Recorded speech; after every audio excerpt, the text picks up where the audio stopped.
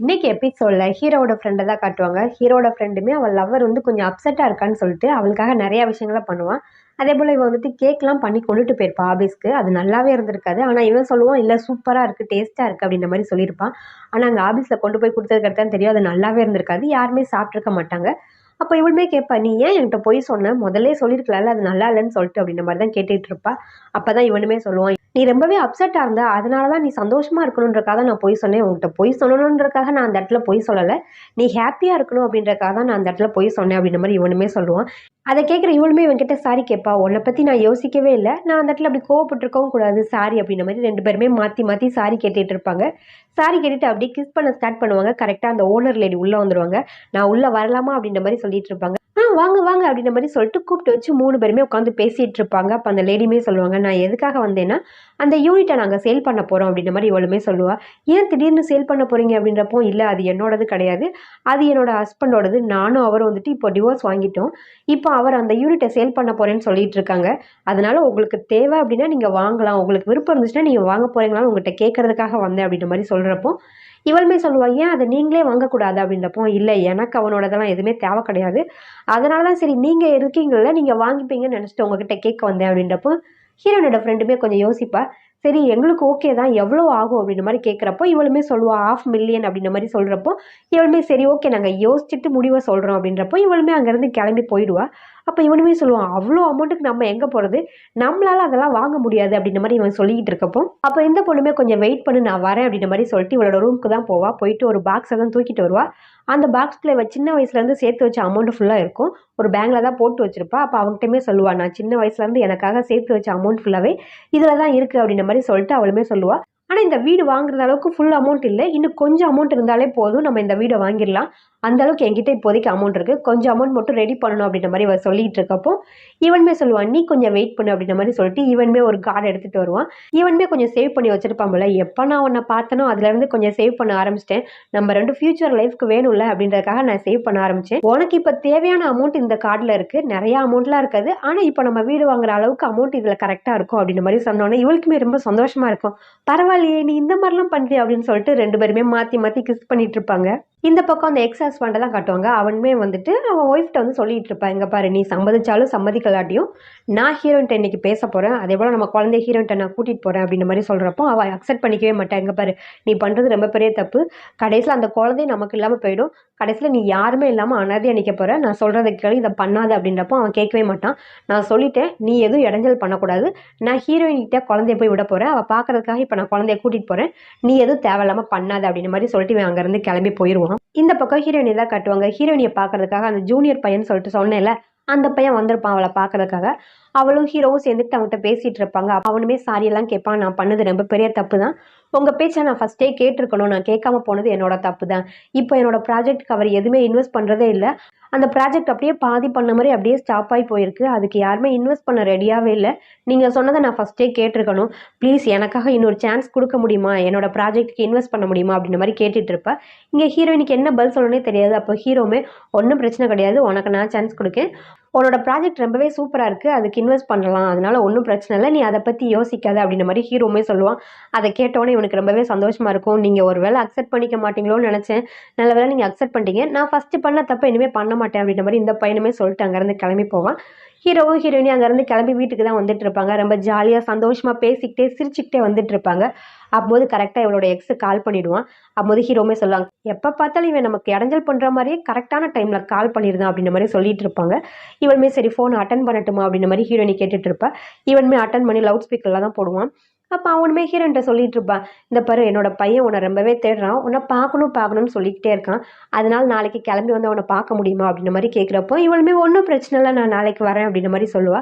இனிமேல் வாரம் ஒரு நாள் நீ என்னோட பையன் கூட அவுட்டிங் போகலாம் அப்படின்ற மாதிரி இவன் சொல்லுவான். அதெல்லாம் கேட்குற இவளுமே, ஓ அப்படியா சரி ஓகே, ஆனால் உன்னோட ஒய்ஃப் அப்படின்றப்போ அவனுமே சொல்லுவான், என்னோட ஒய்ஃப்ட்ட நான் எல்லாமே பேசிட்டேன், அவளுமே சம்மதம் சொல்லிட்டேன், அதனால ஒன்றுமே பிரச்சனை கிடையாது, இனிமேல் வாரம் நம்மளோட பையனை நீ வெளியே கூட்டிகிட்டு போகலாம் அப்படின்ற மாதிரி இவனுமே சொல்லிட்டு ஃபோனை கட் பண்ணிவிடுவான்.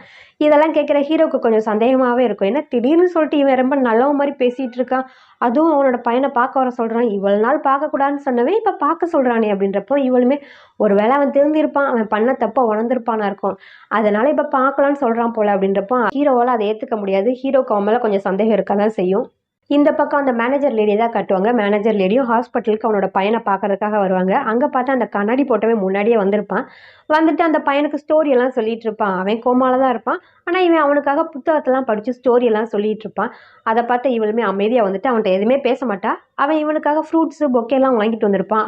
அது எல்லாத்தையுமே ஒரு கவருக்குள்ளே போட்டு இதை எடுத்துகிட்டு போயிடு, இனிமேல் நீ எப்போதுமே என்னோட பையனை பார்க்க வரக்கூடாது அப்படின்ற மாதிரி சொல்லிட்டு அனுப்பி விடுவார். இவனுமே அதை எடுத்துகிட்டு போவான். சரி அந்த ஓரத்தில் வச்சுட்டு போகலான்னு சொல்லிட்டு அந்த ரூமோட ஓரத்தில் வைக்க போவான். இவன் பார்த்துடுவா. தயவுசெய்து இங்கேருந்து எடுத்துகிட்டு போயிரு, இனிமேல் நீ வர வேண்டாம் அப்படின்ற மாதிரி சொன்னோன்னே இவனுக்குமே என்ன பதில் சொல்லனே தெரியாது. அமைதியாக அந்த திங்ஸ் எல்லாமே எடுத்துகிட்டு அப்படியே அங்கேருந்து கிளம்பி போயிடுவான். அங்கே கட் பண்ணால் இங்கே ஹீரோயினோட ஹீரோட ஃப்ரெண்டே தான் காட்டுவாங்க. அவங்க வீடியோ காலில் அந்த ஓனர் லேடியோட ஹஸ்பண்ட்டை தான் பேசிகிட்டு இருப்பாங்க. இப்போ இவங்களுமே இந்த வீடை நாங்கள் வாங்கிக்கிறோம், எங்களுக்கு நீங்கள் கொடுங்க அப்படின்ற மாதிரி தான் கேட்டுட்டு இருப்பாங்க. அப்போ அவனுமே சொல்லுவான், எனக்கு ஒன்றும் பிரச்சனை கிடையாது உங்களுக்கு கொடுக்குறதுனால, ஆனால் உங்களை விட வேற ஒருத்தவங்க இதை விட அதிகமான அமௌண்ட்டில் கேட்குறாங்களே, நான் என்ன பண்ணட்டும் அப்படின்றப்போ இவனுமே சொல்லுவான், இங்கே பாருங்கள் இப்போதைக்கு இந்த அமௌண்ட்டை வாங்கிக்கோங்க, இதுக்கடுத்து நாங்கள் நீங்கள் கேட்ட அமௌண்ட்டை கொஞ்சம் ரெடி பண்ணி தரோம் அப்படின்ற மாதிரிலாம் சொல்லிக்கிட்டு இருப்பாங்க.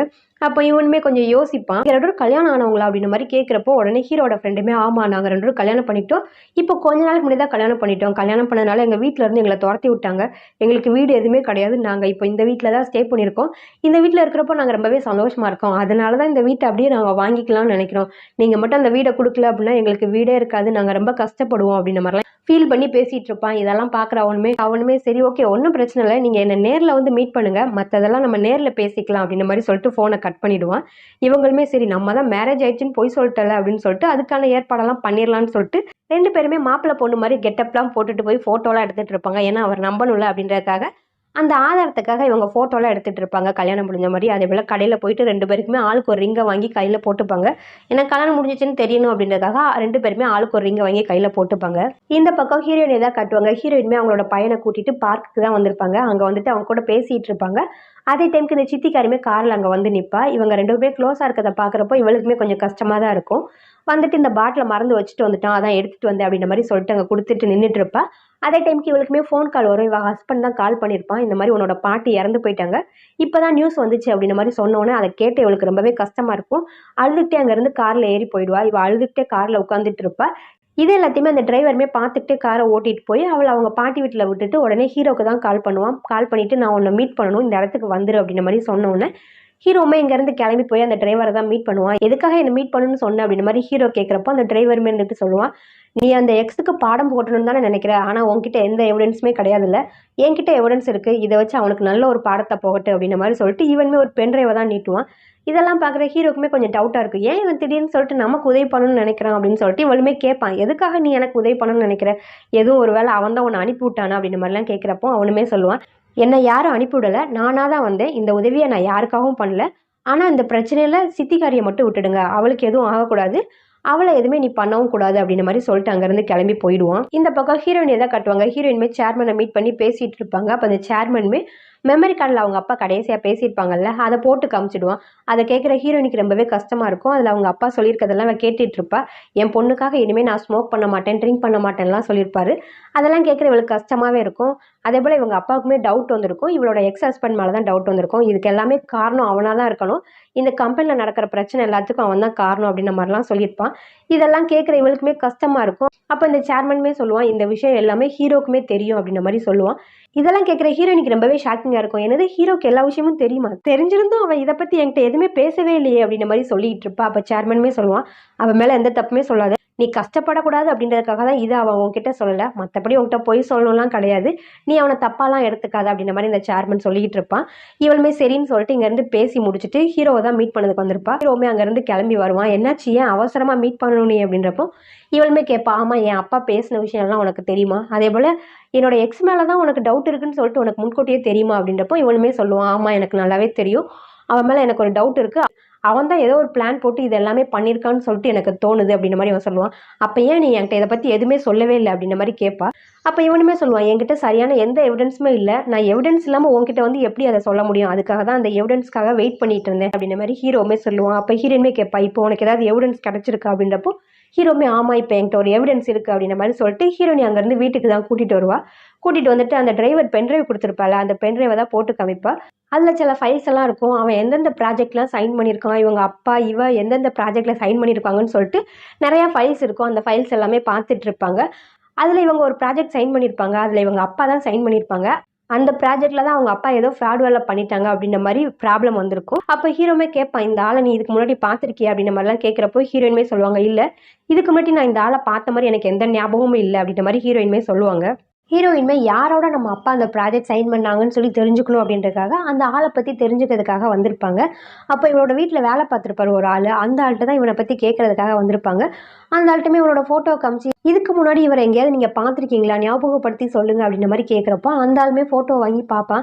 பார்த்துட்டு அவனுமே யோசிச்சுட்டு சொல்லுவான், ஆமாம் இதுக்கு முன்னாடி ஒரு டைம் நான் பார்த்துருக்கேன், வீட்டுக்கு வந்திருக்கான், உன் அப்பாவோட பிஸ்னஸை பற்றி தான் பேசிக்கிட்டு இருந்தான், அப்போது உன் அப்பாவுமே கொஞ்சம் டென்ஷனாக தான் பேசிகிட்டு இருந்தாங்க, மற்றபடி எனக்கு பெருசாக எதுவுமே ஞாபகம் இல்லை அப்படின்ற மாதிரி அந்த ஆளுமே சொல்லுவாங்க. அப்போ ஹீரோயினுமே கொஞ்சம் நல்லா யோசிச்சு பாருங்க, அதுக்கடுத்து வேற எங்கேயாவது இந்த ஆளை மீட் பண்ணியிருக்கீங்களா அப்படின்றப்போ அப்போ அவனுமே யோசிச்சுட்டு சொல்லுவான், ஆமாம் ஒரு டைம் இவன் சித்திக்காரி கூட காரில் இருந்தான், அதான் நான் பார்த்தேன் அப்படின்ற மாதிரி சொல்கிறப்போ இவளுமே கேட்பா, நல்லா யோசிச்சு பார்த்து சொல்லுங்க, உண்மையிலே இவன் சித்திக்காரி கூட தான் இருந்தாலும் அப்படின்றப்போ அப்போ அவனுமே சொல்லுவான், ஆமாம் நான் நல்லா தான் பார்த்தேன், அந்த சித்திக்காரி இவனும் தான் காரில் உட்காந்துட்டு இருந்தாங்க, நான் பார்த்தேன் அப்படின்ற மாதிரி இவனுமே சொல்லுவான்.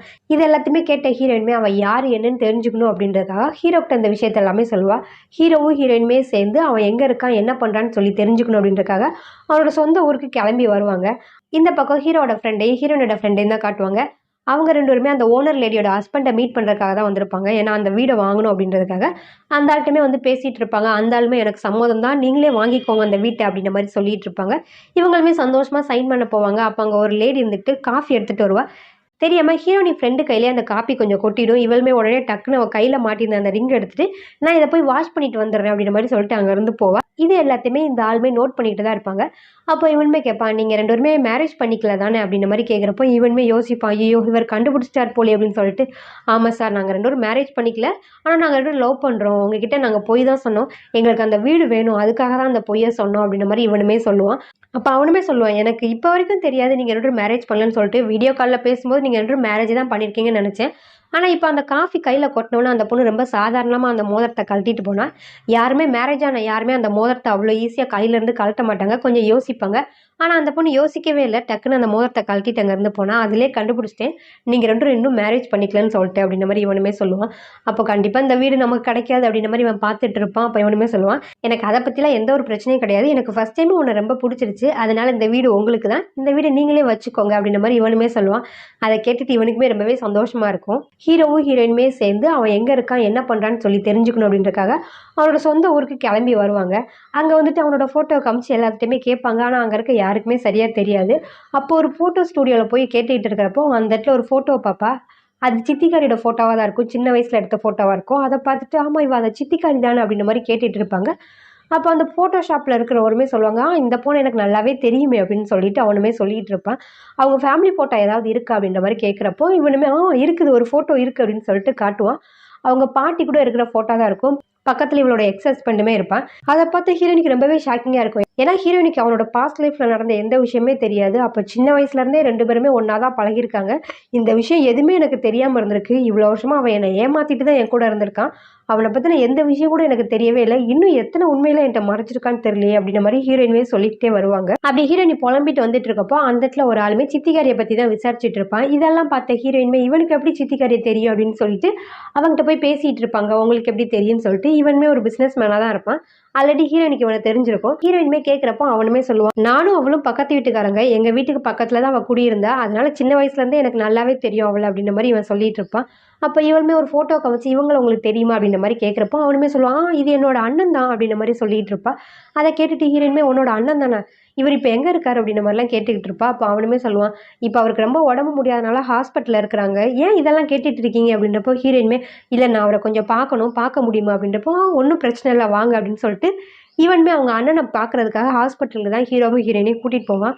அங்கே போயிட்டு ஹீரோயின்மே அந்த ஆளை பார்த்துட்டு பேசிகிட்டு இருப்பா. என்ன யாருன்னு உங்களுக்கு தெரியுதா அப்படின்னு சொல்லிட்டு அவள் எல்லா விஷயத்தையுமே சொல்லுவாள். என் அப்பா தான் அந்த கான்ட்ராக்டில் உங்களுக்கு சைன் பண்ணாங்க, உங்களுக்கு அதெல்லாம் ஞாபகம் இருக்கா, என் அப்பா உங்களுக்கு ஞாபகம் இருக்கா, என் அப்பாவுக்கு என்ன தான் நடந்துச்சு அந்த உண்மை நான் தெரிஞ்சுக்கணுன்றக்காக வந்திருக்கேன், உங்களுக்கு கண்டிப்பாக ஏதாவது ஒரு விஷயம் தெரிஞ்சிருக்கும் என்கிட்ட சொல்லுங்கள் அப்படின்ற மாதிரி கேட்குறப்போ இவனுமே பார்த்துட்டு இல்லை உங்ககிட்ட நான் எதுவுமே சொல்ல முடியாது, எனக்கு அப்படி எந்த விஷயமும் தெரியாது, நீ இங்கேருந்து கிளம்பி போ அப்படின்ற மாதிரி கத்தி விட்டுடுவான். ஹீரோயின்மே வேற வழி இல்லாமல் அங்கேருந்து கிளம்பி வந்துடுவாங்க. இந்த பக்கம் அந்த கண்ணாடி போட்டவனை தான் காட்டுவாங்க. கண்ணாடி போட்டவனும் அடிக்கடி ஹாஸ்பிட்டலில் போய் அந்த பையனை பார்த்துட்டு வந்துட்டு இருப்பாங்க. அப்போ அந்த மேனேஜர் லேடியுமே வருவான். எவ்வளோதான் சொன்னாலும் நீ கேட்க மாட்டியா? எதுக்காக திருப்பி திருப்பி வந்துட்டே இருக்க? அப்படின்றப்போ, அப்படிலாம் ஒண்ணும் இல்ல. உங்களுக்கு இடைஞ்சல் குடுக்கணும்லாம் வரல. நான் உன்ன பார்த்துக்கணும் அப்படின்றதுக்காக தான் வந்தேன். இனிமே உங்களுக்கு எந்த இடைஞ்சலும் குடுக்க மாட்டேன் அப்படின்ற மாரி சொல்லிட்டு போயிடுவான். ஆனா அடிக்கடி பொழுதன்னைக்கு வந்து பார்த்துட்டு தான் இருப்பான். இந்த பக்கம் ஹீரோயினையும் ஹீரோவும் தான் காட்டுவாங்க. ஹீரோயினுமே அடிக்கடி அந்த ஆள போய் மீட் பண்ணிட்டு வந்துட்டு இருப்பாங்க. அந்த ஆளுக்கு தேவையானதெல்லாம் போய் செஞ்சுட்டு, அந்த ஆளையுமே ஹாஸ்பிட்டல்ல போய் அடிக்கடி மீட் பண்ணிட்டு வந்துட்டு இருப்பாங்க. கண்டிப்பா ஒரு நாள் அந்த ஆள் கன்வின்ஸ் ஆயி உண்மைய சொல்லுவான் அப்படின்றதுக்காக அடிக்கடி போய் ஹீரோயினுமே அந்த ஆள போய் ஹாஸ்பிட்டல்ல பார்த்துட்டு வந்துட்டு இருப்பாங்க. அதே டைம்க்கு ஹீரோவோட ஃப்ரெண்டுமே அங்க வருவான். "டேய் மச்சான் எனக்கு ஒரு ஹெல்ப் பண்ணணும்" அப்படின்ற மாரி சொல்லிட்டு வருவான். அப்ப ஹீரோயினுமே சரி என்ன ஹெல்ப்ன்னு சொல்லுங்க கண்டிப்பா பண்ணலாம் அப்படின்ற மாரி சொல்றப்போ, இவனுமே சொல்லுவான், "உங்களோட ஃப்ரெண்டுக்கு நான் ப்ரப்போஸ் பண்ணலான்ட்டு முடிவு பண்ணியிருக்கேன். அதுக்கு தான் நீங்க ஹெல்ப் பண்ணணும்" அப்படின்றப்போ, அத கேட்டு ஹீரோவுக்கு ரொம்பவே சந்தோஷமாயிடும். "என்னடா மச்சான் சொல்ற உண்மையாவா?" அப்படின்னு சொல்லிட்டு அவனே ரொம்பவே சந்தோஷப்படுவான். "ஒண்ணும் பிரச்சனை கிடையாது. நாங்க பார்த்துக்கிறேன்" அப்படின்ற மாரி சொல்லிட்டு அதுக்கான ஏற்பாடு எல்லாமே ஹீரோவும் ஹீரோயினையும் சேர்ந்து பண்ணுவாங்க. இவனுமே இன்னைக்கு எப்படியாவது அவளுக்கு ப்ரப்போஸ் பண்ணிறணும் அப்படின்னு சொல்லிட்டு கண்ணெல்லாம் மூடி அங்க கூட்டிட்டு வருவான். கண்ண தொறந்து பார்த்தா அவளுக்கு ரொம்பவே சர்ப்ரைஸா இருக்கும். இவங்க எப்போ பழக ஆரம்பிச்சாங்களோ அப்பத்துலேருந்து எடுத்த ஃபோட்டோஸ், வீடியோஸ் எல்லாமே அங்கே போயிட்டுருக்கும் வீடியோவா. அதெல்லாம் பார்க்குற இவளுக்கு ரொம்பவே சந்தோஷமா இருக்கும். அப்போ இவனுமே சடனா அவகிட்ட கேட்டுடுவான். "என்ன நீ மேரேஜ் பண்ணிக்கிறியா?" அப்படின்ற மாரி கேட்டுடுவான். அத கேட்டுட்டு இவளுக்குமே சந்தோஷமா இருக்கும். இவ உடனே ஓகே நான் உன்ன மேரேஜ் பண்ணிக்கிறேன் அப்படின்ற மாரி சம்மதிச்சுடுவா. இவனுமே ரிங் எல்லாம் போட்டு விட்டுட்டு ரொம்ப ஜாலியா 4 பேரும் உட்காந்து என்ஜாய் பண்ணி பேசிட்டு இருப்பாங்க. அங்க கட் பண்ணா மறுநாள் ஹீரோயின தான் காட்டுவாங்க. ஹீரோயினுமே அவங்க அப்பாவோட கல்லறைக்கு போயிருப்பாங்க. அந்த இடத்துக்கு இந்த சேர்மேனுமே வந்திருப்பான். அவனும் வந்துட்டு ஹீரோயின்ட்ட பேசிட்டு இருப்பான். "உன்கிட்ட கொஞ்சம் பேசணுமா" அப்படின்னு சொல்லிட்டு அவள தனியா கூட்டிட்டு போய் பேசிட்டு இருப்பான். அப்போ உன் அப்பாவோட பங்குன்னு சொல்லிட்டு தனியா எடுத்து வச்சிருந்தாரு. அத உன்னோட பேர்ல எழுதி வச்சிருக்காரு. இத நீ வாங்கிக்கணும் அப்படின்ற மாரி அவ பங்குக்குரிய டாக்குமெண்ட் எடுத்து அவ கையில குடுப்பாங்க. "இது உன் அப்பா இறக்கறதுக்கு முன்னாடி இது எல்லாமே உன்கிட்ட குடுக்கணும்னு சொல்லிட்டு குடுத்தது" அப்படின்ற மாரி அவன் சொல்லிட்டு இருப்பான். அதேபோல இந்த பங்க கேட்டு உன்னோட எக்ஸ் ஹஸ்பண்ட் கண்டிப்பா உன்கிட்ட வருவான். அதனால நான் சொல்ற மாரி நீ பண்ணு அப்படின்ற மாரி இவன் சொல்லுவான். இவளுமே சரி ஓகே சொல்லுங்க என்ன பிளான் அப்படின்ற மாரி சொல்லிக்கிட்டு இருப்பா. அப்ப அவனுமே பிளான் எல்லாம் சொல்லுவா. அதெல்லாம் கேட்ட ஹீரோயினுமே சரி ஓகே அப்படின்ற மாரி சொல்லிட்டு இருப்பாங்க. அதோட அந்த எபிசோட் முடியுது. நெக்ஸ்ட் எபிசோட் நாளைக்கு பார்க்கலாம். பாய்.